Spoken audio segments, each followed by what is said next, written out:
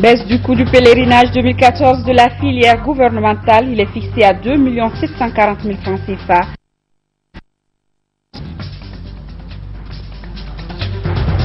Le 25 juin dernier, le Conseil de sécurité des Nations Unies a renouvelé pour un an le mandat de stabilisation de mission du temps robuste. D'État et nous recevons sur le plateau le représentant de la MINUSMA au Mali. Mesdames et messieurs, bonsoir et bienvenue dans cette édition que nous ouvrons par le communiqué des conseils des ministres. Le conseil des ministres qui s'est donc réuni en session ordinaire le jeudi 3 juillet 2014 dans la salle de délibération Palais de la présidence du président de la République Ibrahim Boubacar Keïta. Avec moi dans ce studio également Ibrahima Djombele. Bonsoir Ibrahima. Bonsoir Aïssata Ibrahim. Eh bien, après examen des points inscrits à l'ordre du jour, le Conseil a adopté des projets de texte et procédé à des nominations. Tout à fait. Bonsoir. Et nous chapitre des mesures législatives. Sur présentation du ministre de l'économie et des finances, le Conseil des ministres a adopté un projet de loi modifiant l'ordonnance numéro 2013-021 PRM du 3 décembre 2013 portant loi des finances pour l'exercice 2014. Le budget d'État 2014 a été arrêté en recettes et à 1518 milliards 116 millions de francs CFA et en dépenses à 1559 milliards 440 millions de francs CFA. L'exécution du budget 2014 a lieu dans un contexte international de reprise économique malgré les risques de dégradation liés à l'augmentation des prix de certaines matières premières telles que le pétrole. Au plan national, son exécution est marquée par les perspectives macroéconomiques en raison du rétablissement de la sécurité et du retour des partenaires techniques et financiers. Le cadrage de la loi des finances rectificative 2014 est bâti sur des hypothèses d'un taux de croissance réel du PIB de 6,5% contre un taux de 6,3%, cadrage initial d'un taux d'inflation de 2,9% et d'un objectif de solde budgétaire de moins 0,5%.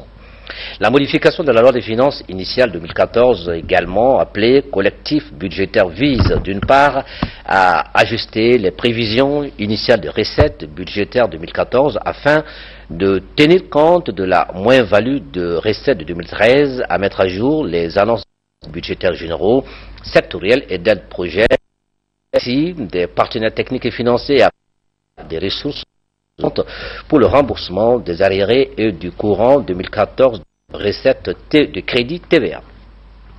D'autre part, à prendre en charge les dépenses nouvelles, les dépenses de remboursement des arriérés et du courant 2014 des crédits TVA et les ajouter sur un budget spécial d'investissement BSI pour tenir compte comme suit. En recette à 1000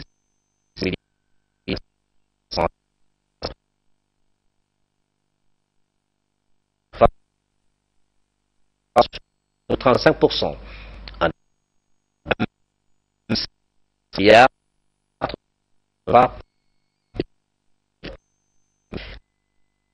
de francs de finances 5%. Le budget rectifié présente un déficit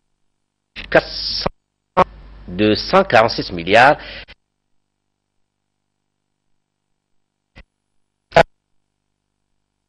sur le domaine de l'État, des affaires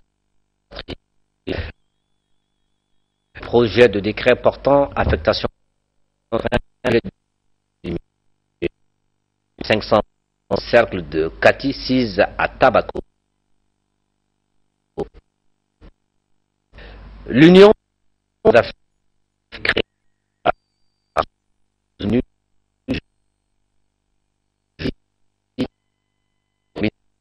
religieuse du culte d'une parcelle de terrain inscrit dans le cadre de la mise en œuvre de l'établissement signé à Bamako entre le gouvernement et la République du Mali le 13 octobre 2011.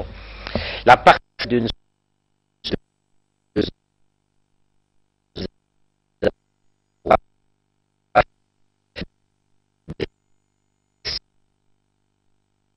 du ministre du Commerce, le Conseil des ministres a adopté un projet de décret fixant la modalité de la Chambre de commerce et d'industrie. Ali est un professionnel de l'autonomie. Elle est la plus ancienne des institutions consulaires et la plus sollicitée dans la publique du fait de la dimension transversale.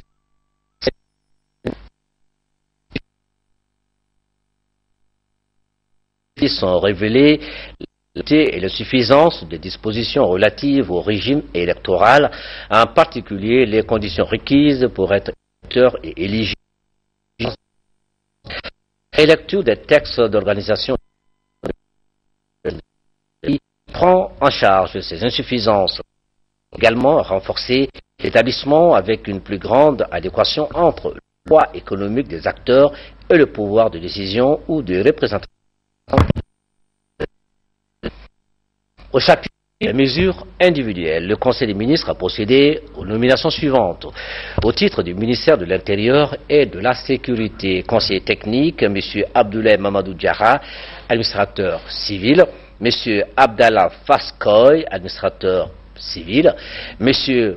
Baba Haman Amaïga, administrateur civil, M. Youssou Kamara, administrateur civil, M. Alioune Badara Djamoutene, inspecteur général de police, M. Idrissa Kabola Sissouma, contrôleur général de police.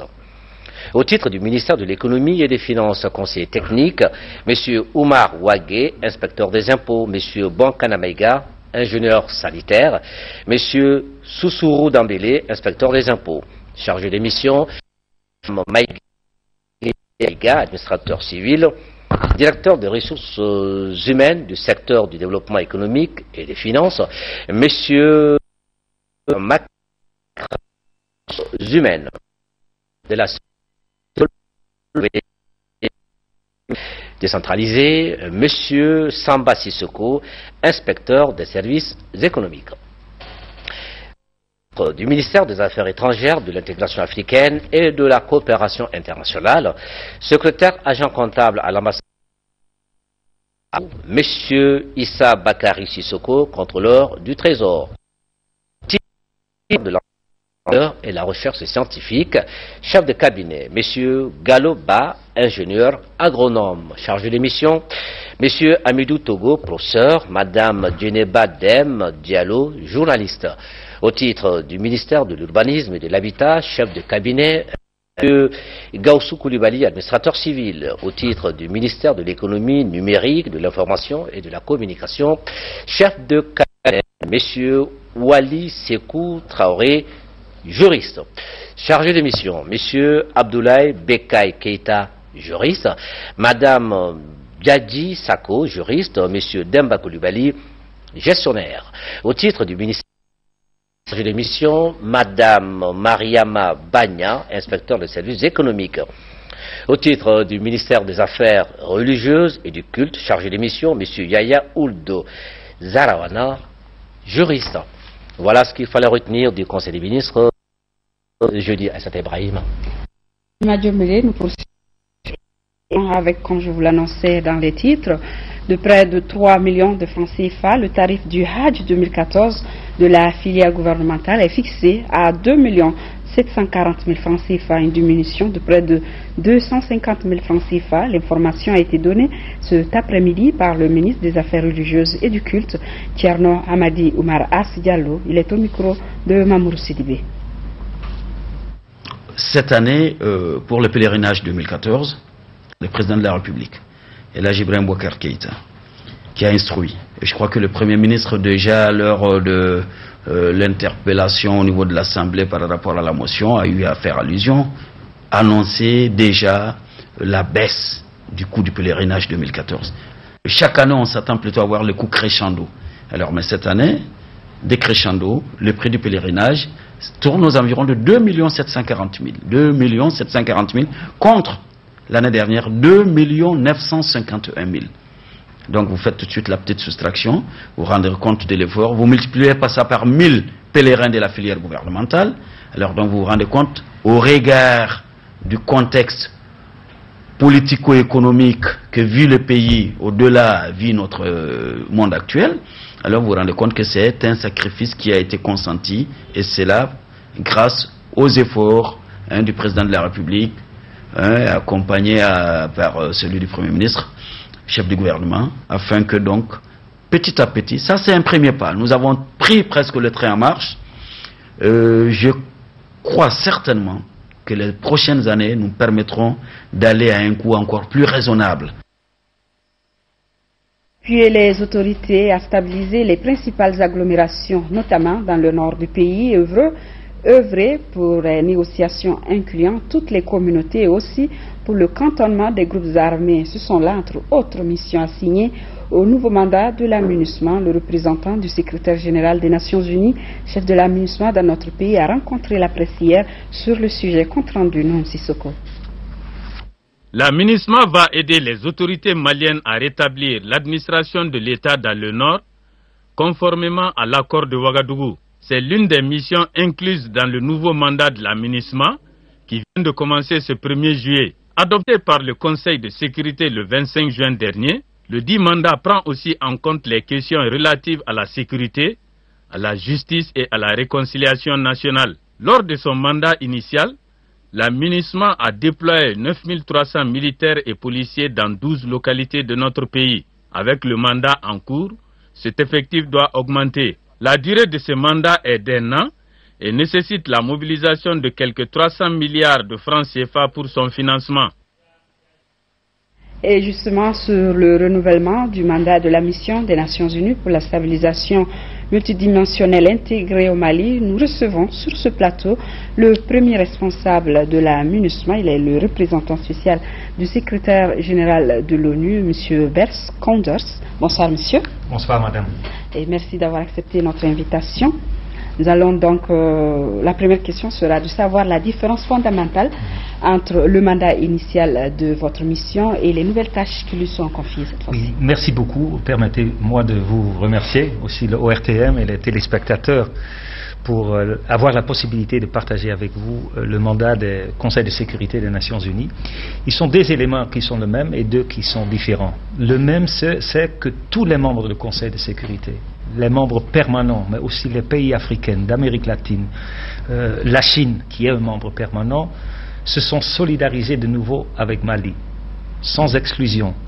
On ne trouve pas beaucoup de pays dans le monde maintenant où il y a un conflit, où il y a une telle solidarité unifiée. Alors ça c'est important, le consensus de la communauté internationale c'est resté le même. Aussi le plafond pour nos troupes, parce que j'avais un petit peu peur avec les problèmes éthiques à l'Afrique centrale, etc., qu'on voulait diminuer les troupes au moment qu'on a besoin de plus. Alors le plafond est maintenu à 11 000.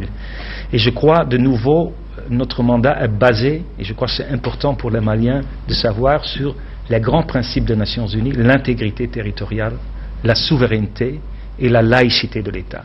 Ça c'est resté, mais c'était important parce que ce n'est pas donné. Qu'est-ce que c'est nouveau? Je crois deux éléments. Le mandat que nous avons eu était surtout, à l'initiative du gouvernement de Mali, sur les 4 grandes agglomérations du Nord. Ça veut dire Mopti, Gao, Timbuktu et Kidal. Maintenant, nous avons dit, avec la situation sécuritaire qui reste fragile, d'assurer aussi d'avoir un mandat dans les axes qui sont dans le Nord, les axes économiques, les axes où il y a une problématique dans laquelle nous avons le mandat de protéger les civils. C'est un travail dur pour nos troupes. Nous avons perdu de nouveau une Bangladeshi hier, nous avons perdu des Tchadiens sous le MINUSMA il y a une semaine. C'est un travail difficile. Mais on a renforcé ce mandat maintenant. Justement, je m'en vais vous poser la question des moyens dont vous disposez. Est-ce que vous avez assez de moyens pour que cette mission soit bien faite? Nous avons maintenant 92% de nos troupes qui sont au nord. Ça c'est important. Alors il y a maintenant le campement, la logistique pour les mettre sur place. Vous savez, vous avez un pays énormément grand qui est très difficile à sécuriser. Est-ce que nous avons tous les moyens? Non. Nous sommes maintenant à plus ou moins 80%. Et je vous explique pourquoi. Et les Maliens pourquoi? Parce que toutes les générations des forces, ça dépend de la volonté des pays individuels de fournir leurs troupes, leurs hélicoptères, leurs moyens à donner en solidarité avec le Mali. Mais du moment où vous venez d'évoquer dans la première question, oui, qu'il y a une solidarité internationale autour, oui, de cette problématique malienne, et comment se fait-il que les moyens soient difficiles à avoir? De la solidarité, en tout cas, des membres du Conseil de sécurité. Et moi, je crois qu'il y a cette solidarité. Vous voyez que nous sommes allés dans une année à 80-85% de nos troupes. On a besoin de ces 15%. Parce que le diable est un peu dans les détails. On a maintenant les troupes pour la première fois de l'histoire, les troupes de Chine qui font des protections de force. Il y a des troupes que j'ai demandées à mon propre pays, il y a des hélicoptères d'attaque. Alors je veux être toujours transparent. On est presque au fin de nos possibilités, mais nous ne sommes pas encore là, mais je suis réconforté avec ce nouveau mandat et la volonté des États, surtout de l'Afrique, mais aussi par exemple de l'Asie, de travailler sur la base de l'intégrité territoriale et dans nos moyens d'appuyer la Malienne. Nous n'allons pas substituer pour la Malienne. Vous êtes un pays souverain. C'est très important. Ce sont les Maliens qui vont aller la paix et qui vont faire l'initiative de sécuriser. Nous sommes là en appui. On sait que la population malienne, c'est souvent trop plein de la MINUSMA, dont certaines personnes ignorent la qualité de sa mission. Quelles sont les insuffisances que vous avez relevées lors du premier mandat et que vous allez devoir corriger pour accompagner? Bon, je crois premièrement c'est important de communiquer beaucoup plus. Et je suis très heureux d'être avec vous ce soir et nous allons le faire aussi, mais il faut commencer avec ouvrir des bureaux comme nous avons fait partout dans le pays. Mais de communiquer sur ce que nous pouvons et nous ne pouvons pas faire, mais aussi d'expliquer nos principes. Nous faisons des droits de l'homme, de protection des femmes. Nous avons plus que de 17 000 patrouilles jour et nuit dans le territoire de Mali. On aide à évacuer aussi les troupes, par exemple, de Fama qui étaient en difficulté pendant la crise de mai. Alors on fait beaucoup, ce qui n'est pas toujours visible, mais je crois que la communication est importante. Le deuxième, je crois, c'est assurer les Maliens qu'on est en alliance avec eux. Je crois que le président de la République l'a dit très très bien quand nous étions ensemble, le secrétaire général des Nations Unies, Ban Ki-moon, président Ibeka et moi-même. Nous sommes main à main, la Malien et la communauté internationale. Et c'est vrai, moi je viens d'un pays où à un certain moment on avait aussi des troupes étrangères. Il faut expliquer ce qu'ils font, parce que si ce n'est pas le cas, les Maliens doivent penser qu'est-ce qu'ils vont faire. C'est pour cela que c'est important d'expliquer ce mandat. Et de nouveau, c'est basé sur l'appropriation nationale. Le paix malien, nous n'allons pas nous substituer pour les Maliens. Et sur justement ce mandat qui évolue dans le cadre du chapitre 7, oui. Le chapitre 7, c'est un chapitre où on fait, c'est une mission de maintien de paix, de stabilisation. Je crois qu'il faudrait aussi expliquer un peu plus aux Maliens que vous n'êtes pas une mission d'usage de la force. Non, ça c'est pas vrai. On va user la force et on fait déjà, on utilise la force presque chaque jour. Vous avez vu les blessés, mais aussi les morts qui ont fait vraiment des luttes sérieuses pour votre paix et qui ont perdu la vie aussi pour la stabilisation du Mali. Ce sont des frères de Burkina Faso, de Tchad. Ils sont morts dans un combat. Et bien sûr, pas tout le monde, il y a aussi des autres qui sont morts dans les attentats, et je crois que ça, nous devons souligner ensemble, la communauté internationale et tous les Maliens sans exclusion, le danger d'extrémisme et de djihadisme dans une façon qui n'est pas en accord avec les principes de laïcité et de la territorialité intégrale. Nous avons eu des attaques, et je me fais beaucoup de soucis là-dessus, des groupes extrémistes. C'est pour cela que nous avons priorisé aussi dans notre travail, pas seulement la négociation, parce qu'au fin, on n'a pas seulement, ce qu'on peut faire, c'est une option politique de médiation, mais aussi le processus de cantonnement. Les groupes armés qui veulent choisir la route politique, qui veulent négocier en Algérie, ils peuvent faire un accord avec le gouvernement et aller dans le cantonnement.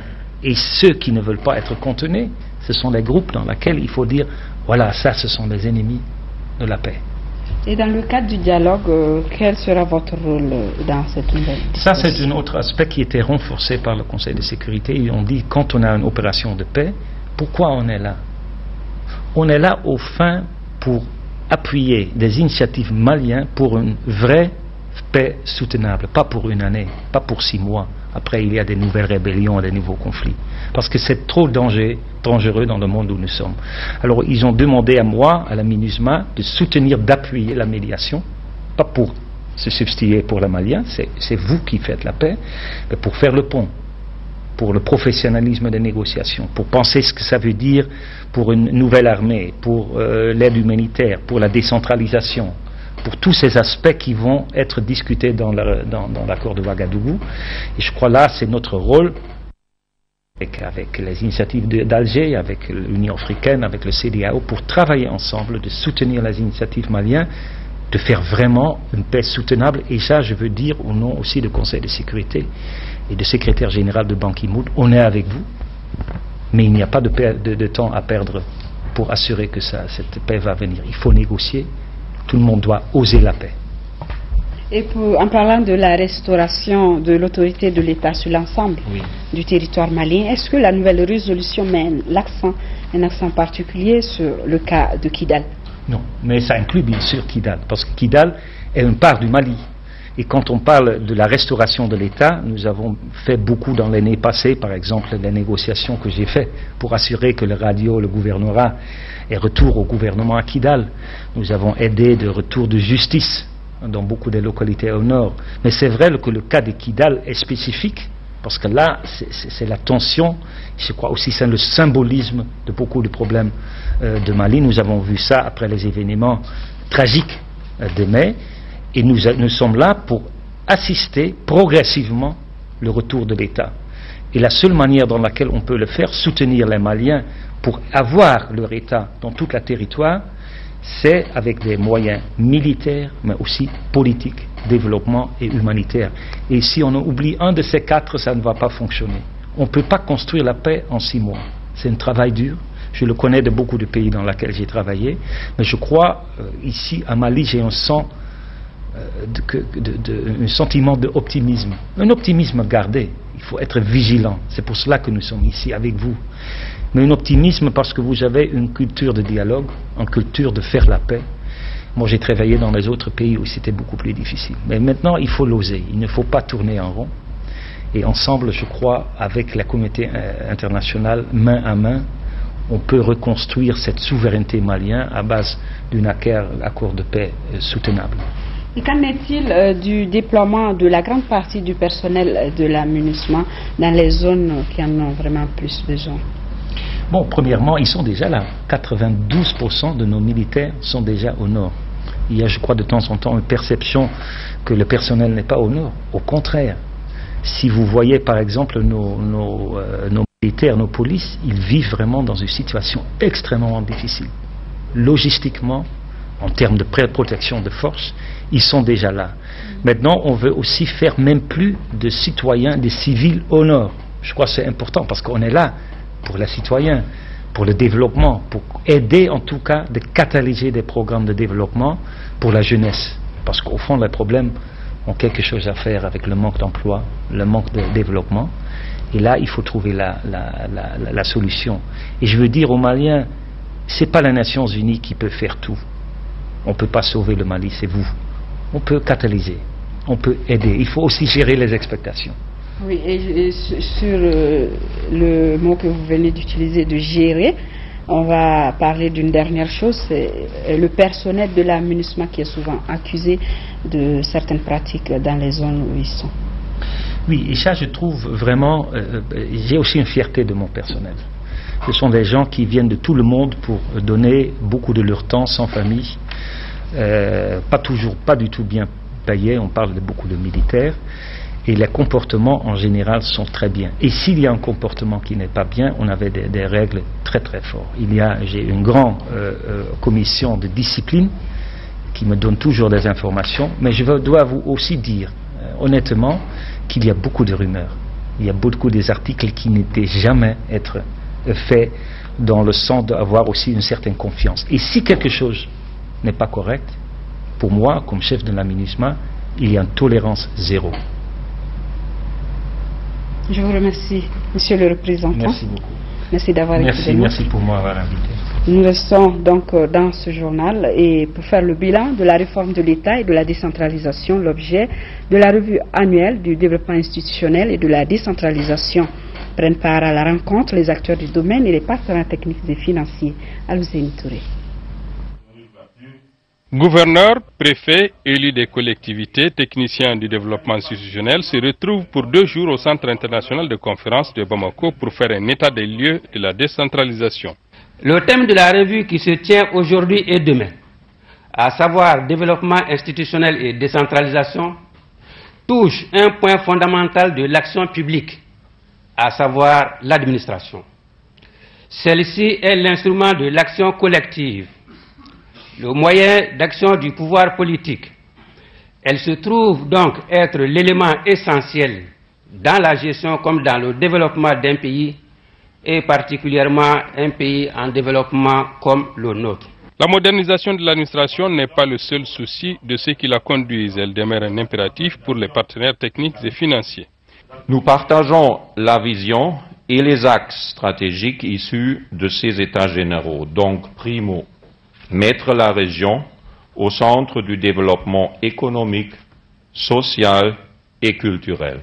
Secondo, améliorer la gouvernance au niveau régional et local pour une meilleure délivrance des services aux citoyens. Régionalisation, déconcentration, efficacité des services publics, tels sont les maîtres mots de cette rencontre qui se tient à un moment crucial pour notre pays. Le Mali fait face à une crise profonde qui met en évidence le décalage persistant entre l'État, ses institutions, son administration et leur façon de faire rapport aux attentes de la majorité des populations maliennes. La profondeur et la complexité de cette crise que nous vivons exigera de nous des réformes politiques, économiques, sociales, longues et difficiles. Ce diagnostic devrait aboutir à un programme de renforcement et de dynamisation du processus de décentralisation et de la réforme administrative. Une bonne nouvelle pour les cotonculteurs, la CMDT va leur offrir des ristournes de 5 francs par kilogramme de coton produit au cours de la dernière campagne. Une mesure qui concerne également la campagne en cours. Pour plus de précision, je vous propose d'écouter Khalifa Sanogo. Il est le président directeur général de la CMDT au micro de Batraoré. Chaque année, à la veille de la campagne, on fixe le prix aux producteurs de coton sur la base du cours du marché mondial.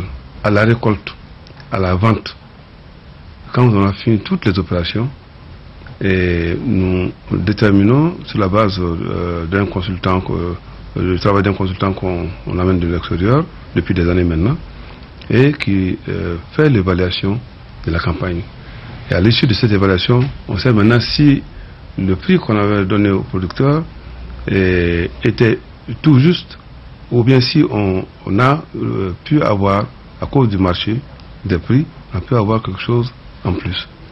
Alors aujourd'hui, nous sommes heureux de constater que cette évaluation a dégagé 5 francs.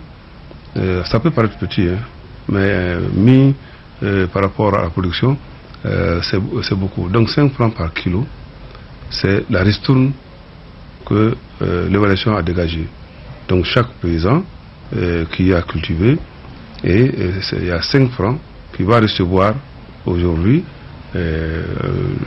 par kilo de production comme ristourne. Ce que je vais lancer comme appel, c'est que vraiment ils continuent de travailler, les cotonculteurs continuent de travailler comme ils l'ont fait, et je suis certain qu'au bout du rouleau, tout le monde aura satisfaction. Comment améliorer la qualité de la restauration dans certaines capitales africaines, dont Bamako? C'est le souci de la FAO qui vient d'investir dans un projet qui s'occupera de cette problématique. Le dit projet a été lancé mercredi matin à Bamako en présence des acteurs impliqués dans la sécurité alimentaire. Compte rendu Mamoudou Sidibé. Le projet intitulé « Assurer l'approvisionnement en aliments sûrs et de bonne qualité vendus sur la voie publique pour une meilleure santé publique » vient d'être lancé à Bamako. Ce projet fait suite à l'étude menée par le Bureau régional de la FAO pour l'Afrique. Les études ont concerné 4 capitales ouest-africaines: Bamako, Abidjan, Freetown et Accra. Les faits montrent que la majorité des restaurateurs de rue se lancent dans cette activité sans connaissance préalable de la manipulation, préparation et conservation des aliments, dans la mesure où ils n'ont aucune connaissance professionnelle du métier de restaurateur. En raison du nombre croissant des citadins qui consomment les aliments offerts par les restaurateurs de rue, le projet embrasse 3 volets. Il s'agit de la sécurité sanitaire des aliments de rue, de l'aspect nutritionnel des aliments de rue et de la gestion des affaires de restauration de rue. Le présent projet a pour but d'améliorer les capacités, dispositions et procédures institutionnelles afin d'appliquer les règles et règlements permettant de créer une masse critique de personnel national sur les questions de sécurité sanitaire des aliments et de procéder au test pilote d'un modèle de formation à travers l'établissement de conventions portant entre autres sur les cahiers de charges, les accords de partenariat entre certains restaurateurs de la rue et les institutions publiques ou privées qui ne disposent pas d'un système de cantine dans leur service. Financé par la FAO à 137 millions de francs CFA, ce projet durera 18 mois. Séminaire d'information et de sensibilisation sur la réglementation en matière de radioprotection de l'Agence malienne de radioprotection. À l'issue de la rencontre de 2 jours, les participants seront mieux outillés en vue du respect de la réglementation en la matière. Lamine Keita. Ce séminaire intervient à un moment où la problématique de la gestion des déchets, notamment celle des radioactifs, se pose avec acuité dans notre pays. Il s'agit pour l'Agence malienne de la radioprotection d'informer et de sensibiliser les acteurs concernés sur la réglementation en la matière. Tout ce qui concerne les rayonnements ionisants, il doit être sous contrôle strict à l'importation, au transport, à l'utilisation.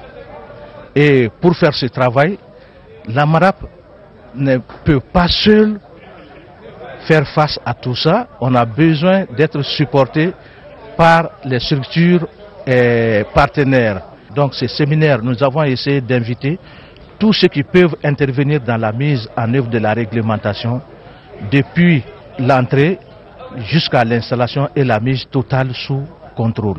Pour le ministre de l'Énergie, l'application des textes en vigueur en matière de radioprotection passe nécessairement par la sensibilisation et l'information des acteurs concernés. Malgré les mesures de répression offertes par les textes, il nous a paru important de passer par des mesures d'information et de sensibilisation des acteurs concernés afin de favoriser l'application effective de la réglementation en vigueur.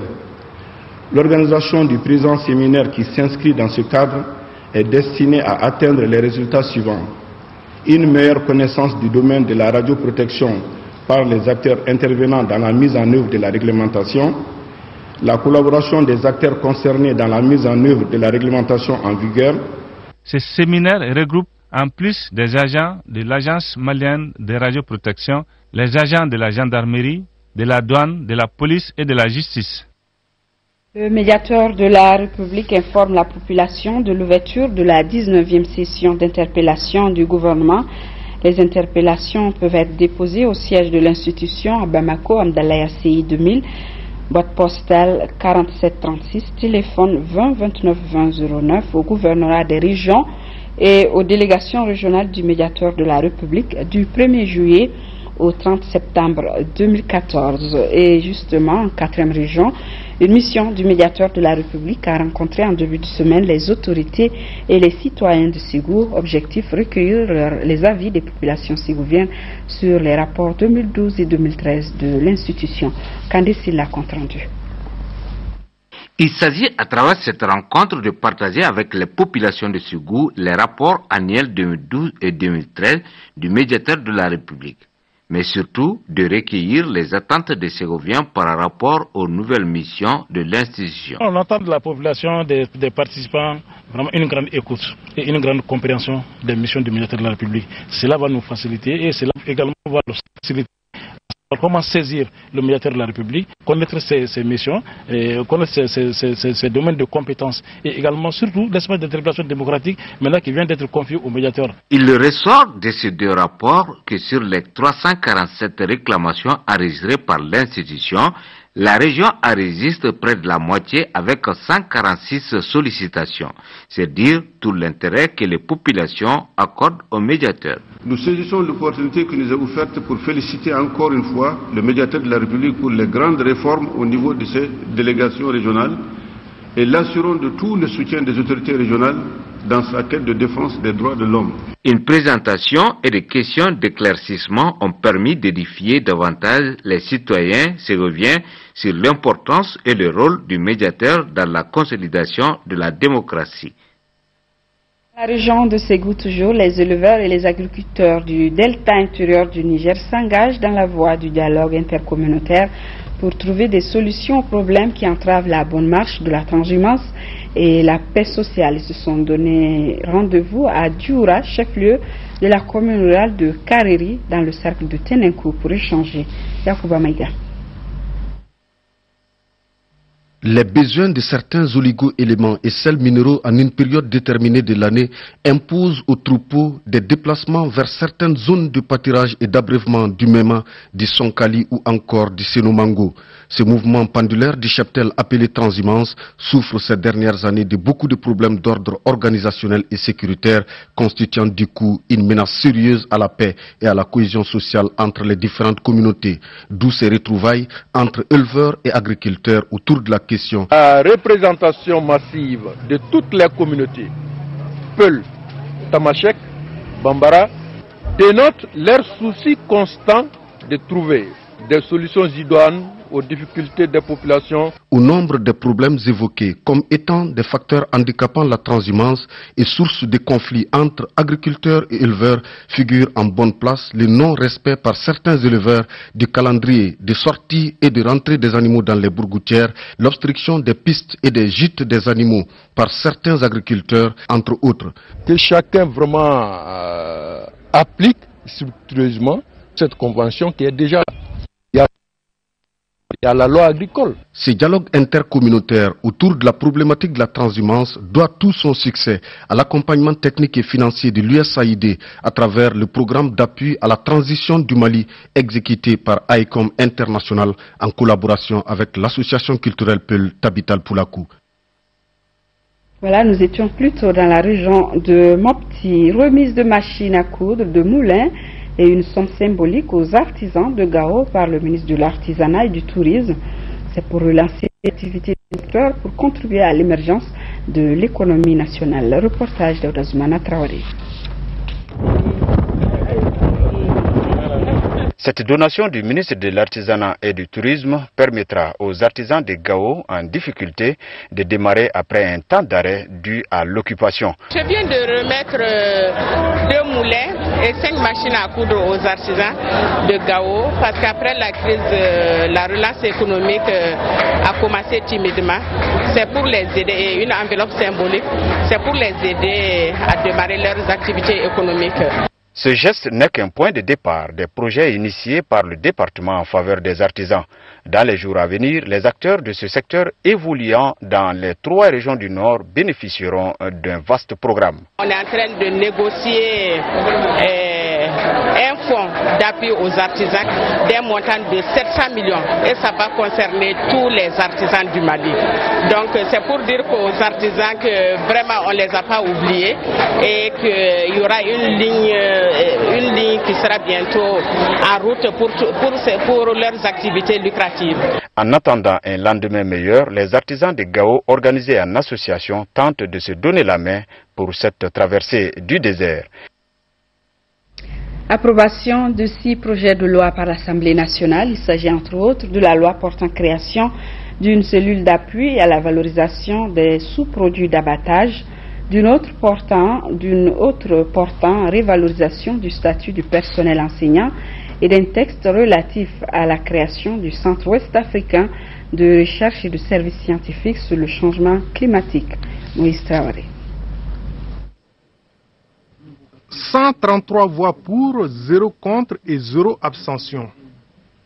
L'Assemblée nationale approuve la création de la cellule d'appui à la valorisation des sous-produits d'abattage. Sous-produits qui sont le sang, les os, les cornes, les sabots, les onglons, les boyaux et les plumes. de la matière première transformable en farine animale pour bétail, volaille et poissons.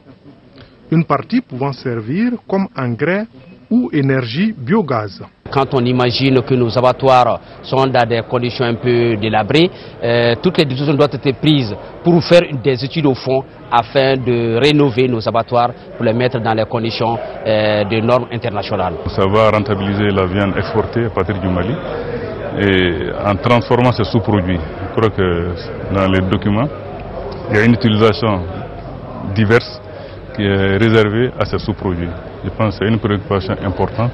Si la cellule arrive à être fonctionnelle, opérationnelle, à avoir les moyens de ses actions, je pense que ce serait bon d'avoir quand même des méthodes, de connaître les potentiels réellement en matière de valorisation des sous-produits.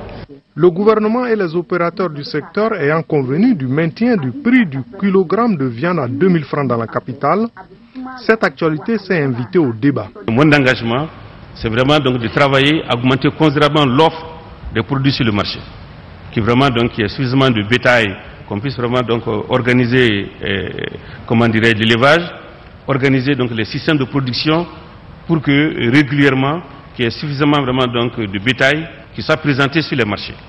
À l'exception de la viande chez nous et le riz par rapport au Sénégal, que donc vraiment les prix de ces denrées sont les plus bas de la sous-région. Et donc les prix donc de ces denrées sont également donc en moyenne plus bas que la moyenne des 5 dernières années. Les élus de la nation ont donné leur quitus pour le financement du projet de renforcement de la sécurité alimentaire par le développement des cultures irriguées, PRESA-DCI. Il en est de même pour la ratification du financement du 18 septembre 2013 relatif au crédit d'appui à la reprise et à la réforme de l'économie défendu par le ministre de l'économie et des finances. Madame Boiré Félicissoko a également expliqué la pertinence du projet de loi uniforme relative au traitement des comptes dormants ou non utilisés qui passe après amendement. Quant au projet de loi modificatif du statut du personnel enseignant de l'enseignement supérieur, il est approuvé par 132 voix pour, 0 contre et 0 abstention. Il en est de même pour le futur Centre ouest africain de recherche et de services scientifiques sur le changement climatique et l'utilisation adaptée des terres WASCAL. 21e session ordinaire du conseil d'administration du Fonds d'appui à la formation professionnelle et à l'apprentissage FAFPA. Son budget prévisionnel pour l'année en cours est de 8,4 milliards de francs CFA. Kadidia Toukone. Cette session se tient dans un contexte particulier marqué d'une part par l'arrivée d'un nouveau directeur général à la tête du FAFPA et d'autre part par la mise en place d'un nouveau bureau du conseil d'administration. Et pour l'année en cours, le FAFPA compte débloquer 8,4 milliards de francs CFA pour mener à bout ses objectifs. En effet, pour nous, le FAFPA, nous envisageons en 2014 de mettre l'accent sur le financement des plans et projets de formation structurants qui auront un impact direct sur l'emploi et la compétitivité des entreprises. Il nous revient donc en 2014, Inch'Allah, d'apporter un appui financier pour la formation de plus de 11 500 actifs et qui sont répartis comme suit. Il y a plus de 4 500 qui seront formés dans le domaine du secteur moderne et plus de 11 500 dans le domaine du secteur non structuré. Les fonds dédiés au FAFPA soient mobilisés de façon conséquente et vraiment de façon régulière pour nous permettre d'atteindre nos objectifs. La formation professionnelle a été placée au rang des priorités du gouvernement pour contribuer à juguler les phénomènes de chômage, de sous-emploi et favoriser la productivité. Ainsi, la volonté de faire de la formation professionnelle un outil au service de l'emploi et de la compétitivité est clairement exprimée dans la vision édictée par le président de la République, son Excellence Ibrahim Boubacar Keïta, et traduite dans le programme d'action du gouvernement 2013-2018. Le Fonds d'appui à la formation professionnelle et à l'apprentissage FAFPA constitue un instrument privilégié dans la mise en œuvre de la politique de formation professionnelle continue qualifiante et par apprentissage. Il vient donc appuyer la volonté du président de la République et de son gouvernement, à savoir créer 200 000 nouveaux emplois. Suite à l'information relative à l'augmentation du tarif de dédouanement de la pomme de terre importée, la douane malienne réagit. Depuis 4 ans, le tarif de dédouanement de la pomme de terre n'a pas connu d'augmentation et le kilo de la pomme de terre est dédouané à 80 francs CFA.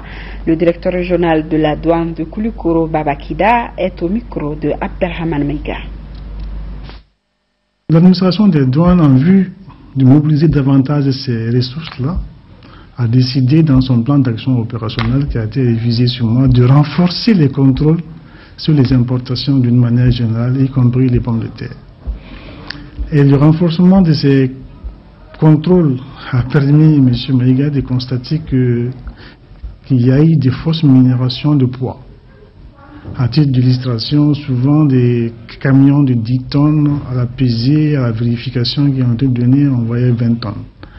Donc, si les prélèvements qui étaient au niveau de 10 tonnes donnaient un certain niveau de droit, si nous partons à 20 tonnes, obligatoirement, il va avoir aussi un impact fiscal sur le prix de revient de l'importateur et par conséquent sur le prix de vente. Donc, ce sont ces redressements, des fausses déclarations de poids qui expliquent peut-être ce qui est dit, ce qui est relatif maintenant à ce relèvement de poids. Donc, sinon, l'administration des douanes aujourd'hui n'a aucune compétence sur les droits et taxes inscrits au tarif des douanes qui relèvent de la compétence exclusive de l'UMOA. Le bureau de Kati est le principal bureau adhérent, c'est pas militaire qui vient du Sénégal, et nous sommes à 80 francs le kilo.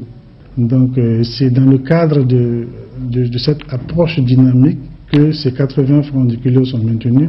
Nous sommes une administration d'assistance à d'autres administrations. Notre action, bien sûr, toute l'action de l'administration de douane, c'est de protéger la production nationale tout en ne posant aucune entrave aussi à l'importation. Nous avons reçu des importateurs de pommes de terre, mais nous avons échangé sur les manières à faire à ce que la production nationale puisse être protégée et aussi et que les marchandises importées aussi peuvent aussi se faire conformément aux règles de l'art, que chacun joue sa partition conformément aux règles et mesures en place.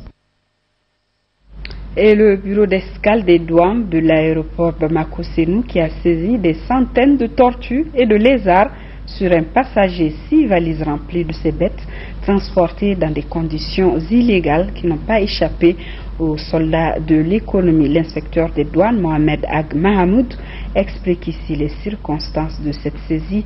Il est au micro de Mariam Sagara. C'est suite au filtrage d'un voile en provenance du Maroc que 6 valises se sont avérées suspectes au moment de leur passage au niveau des rayons X. Et donc c'était l'opérateur de la machine qui a constaté la suspicion et il a attendu que les valises soient récupérées par leur détenteur pour l'interpeller. Il lui a été posé la question d'usage. Qu'avez-vous à déclarer? Et après quelques hésitations, il affirma qu'effectivement dans ces valises il y avait des tortues et des lézards qui étaient vraiment transportés dans des conditions assez rigoureuses. Et immédiatement le service lui a demandé de présenter les documents sous les couverts desquels il circule. Ce qui n'a pas été en mesure de faire parce que pour tout justificatif, il ne nous a exhibé qu'une facture, probablement établie par son fournisseur, rédigée à main levée. C'est des marchandises comme toutes les autres et nous à la douane, dès qu'une marchandise pour laquelle des formalités devaient être accomplies avant qu'elle ne soit introduite sur le territoire national et introduite sur le territoire national, on considère que c'est une prohibition. Donc le délit douanier, c'est une importation irrégulière de marchandises prohibées. Il a prétendu qu'il les a achetées et qu'elles étaient destinées à son élevage ici à Bamako. Sécurité toujours, le ministre de l'Intérieur et de la Sécurité informe l'opinion publique nationale que dans la journée du 3 juillet 2014, des individus malveillants se faisant passer pour des orpailleurs traditionnels ont pris à partie des gendarmes en poste à Kobada dans le cercle de Kangaba et ont tiré sur eux avec des armes à feu. Le bilan est des morts et 4 blessés côté gendarmes et 4 blessés parmi les assaillants. Les assaillants évalués à 1 millier ont par ailleurs mis le feu à l'usine de l'African Gold Group AGG, propriétaire du permis minier, sur les lieux et ont pillé toutes les installations et les locaux de la société. En cette douloureuse occasion, le ministre présente ses condoléances les plus attristées à la famille du disparu et souhaite prompt rétablissement aux blessés. Il rappelle que de tels actes ne resteront pas impunis. Leurs auteurs seront recherchés et traduits en justice. Il rassure la population que l'ordre et la sécurité seront rétablis le plus rapidement possible. Le ministre rappelle également les dispositions de l'arrêté interministériel 2014-1663 MME du 6 juin 2014 interdisant les activités d'orpaillage pendant la saison des pluies du 15 mai au 31 octobre 2014. Et en première région, où les forces armées et de sécurité viennent de mener une vaste opération de lutte contre l'insécurité, justement dans le cercle de Kenyeba, une zone où l'insécurité va grandissante à cause de l'orpaillage. Les 300 éléments déployés sur le terrain pour une semaine ont fait une belle moisson avec l'arrestation d'une quarantaine de bandits ainsi que la saisie d'une importante quantité d'armes, de stupéfiants, de motovolés. Jafar Haïdara. C'est suite à une insécurité grandissante dans le cercle de Kenyeba que les autorités en charge de la sécurité ont déployé des grands moyens en envoyant 300 hommes de différents corps, armée, gendarmerie, police, garde nationale, administration pénitentiaire et la protection civile. Les hommes ont pu arrêter 5 bandes de bandits de grand chemin. Parmi ces bandits arrêtés figurent des assassins, des braqueurs, des voleurs de bétail, etc. Kenyeba est une zone aurifère. C'est ce qui a entraîné une concentration énorme de personnes venant de tous les pays limitrophes. Par conséquent, il y a toutes sortes d'individus qui se glissent parmi ces populations-là, notamment des bandits de grands chemins.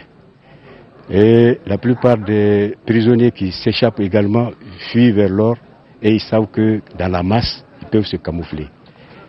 C'est ce qui a provoqué tous les jours qu'il y avait des braquages, des assassinats, des crimes de tout genre dans le cercle de Kenyeba. Cette opération de grande envergure a permis aux forces armées et de sécurité de saisir des fusils de guerre, des cartouches, stupéfiants et des motos. À la fin de la mission, le gouverneur de la région a rencontré le PC opérationnel dirigé par le commandant de la Légion de gendarmerie pour faire le bilan de cette opération, un bilan jugé satisfaisant. Je tiens tout d'abord à remercier le ministre de l'Intérieur et de la Sécurité qui a financé cette grande opération. Je tiens surtout à féliciter toutes les forces qui étaient engagées dans cette opération-là, parce que nous sommes en train de remplir une mission qui est régalienne, qui est de sécuriser les personnes et leurs biens. Et je pense qu'un grand pas a été franchi, puisque un nombre important de présumés bandits sont entre nos mains. Et ici à Bamako, 3 terrains de nos clubs de première division viennent de bénéficier de lampadaires. Les travaux sont entièrement financés par la Fédération malienne de football. Ils permettront aux clubs d'avoir plus de temps d'entraînement. Le ministre des Sports, accompagné du président de la Fédération malienne de foot et une forte délégation, a visité ces installations. Le compte-rendu de Abdul Karim Kaba. Moderniser notre football pour rendre encore plus performants nos clubs, voilà l'objectif de la Fédération malienne de football avec l'installation de lampadaires dans les terrains d'entraînement. 3 des 4 clubs engagés cette saison en compétition continentale sont d'abord concernés, à savoir le terrain de l'AS Hiral de Bamako à Djikroni Para, Sotiba, terrain du Stade malien de Bamako et l'enceinte de Djulibase à Torokorobougou. Chaque terrain est doté de 6 poteaux pour mieux éclairer le champ de jeu. La puissance par projecteur est de 1000 watts. Le terrain est éclairé d'une puissance de 12 000 watts au total. Cette initiative de la Fédération malienne de football entre dans le cadre de la nouvelle politique de développement du sport rural. Le financement, nous avons décidé au niveau du comité exécutif de créer un fonds d'investissement de la Fédération malienne de football. Et ce fonds doit être alimenté d'abord par les retombées financières des différentes compétitions auxquelles nous participons et également nous bénéficions du financement du fonds de ce qu'ils appellent le FAP. Le FAP qui est domicilié au niveau de la CAF. Le FAP intervient sur les programmes que les fédérations lui présentent. Avant d'exhorter tous les acteurs de football à plus de résultats, le ministre des Sports a félicité le comité exécutif pour ce geste. En décidant d'investir 485 millions de francs CFA dans la réalisation d'infrastructures de football sur fonds propres, la Fédération malienne de football fait œuvre de pionnier et ouvre la voie à une expérience atypique dans l'environnement du sport au Mali, voire en Afrique. Partout où le ministre des Sports est passé, de Dikoroni à Haremakono, en passant par Sotiba, les responsables et les sympathisants du club ont exprimé leur satisfaction. Selon le président de la FEMAFOOT, c'est la première phase d'un vaste programme qui vise à améliorer nos installations sportives. Nous venons de l'apprendre, pas de vacances pour le gouvernement qui a renoncé cette année à ses vacances. L'information, nous l'avons apprise à l'issue du Conseil des ministres aujourd'hui même. Dans 11 jours, un nouveau champion du monde de football sortira du mythique stade Maracana avec le trophée de la Coupe du Monde dans les mains. La première phase a permis d'écarter quelques prétendants sérieux au titre. Place demain au quart de finale avec 8 formations, dont 4 de l'Amérique latine, de l'Amérique et 4 de l'Europe. Le compte rendu de Ousmane Dao.